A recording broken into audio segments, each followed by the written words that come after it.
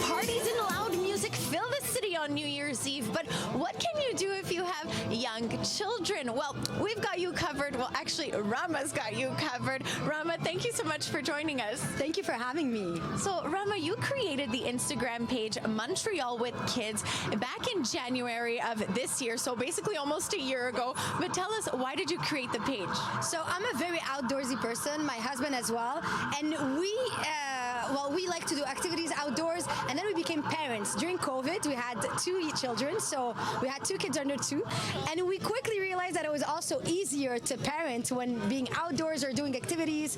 And I'm also a social worker. I've always been a social worker. I worked in the community for a long time, so something that I love to do is also looking for those small resources, community resources. And I did a quick research, and I realized that we don't have a lot of resources here in Montreal for parents, and that's why I decided to create Montreal with Kids. My goal was to create a page that basically would have been my dream page as a new parent or as a parent in general, and also to take off of that mental load a bit, take off some weight of that mental load that parents have, because instead of spending all this time and energy on like looking for activities for the weekend, well, you can spend that time and energy spending some quality time with your family and your loved ones. So, and that brings me a lot of joy. Speaking of quality time, we're spending some quality time here tonight. I adore you. But now, tell us, for families and with kids for New Year's Eve, what are some last-minute ideas that you have for them? So for families with very young kids, it's probably going to be staying in at home, probably ordering in some food. But you know, if you have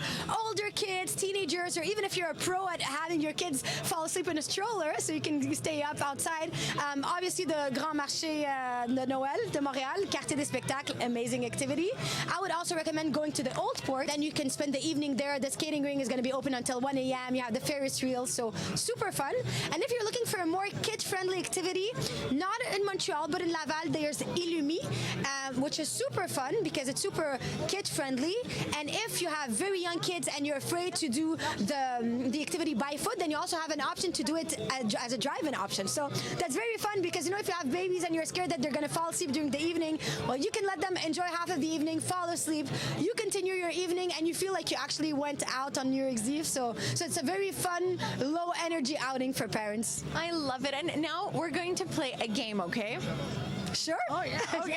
Yes, I love games. I love you. So the game is, I'm going to name you an age group for kids, and you're going to say the first activity that comes to mind that is not New Year's Eve related, okay? Sure, I'm ready. All right. So now, ready? 8 years old.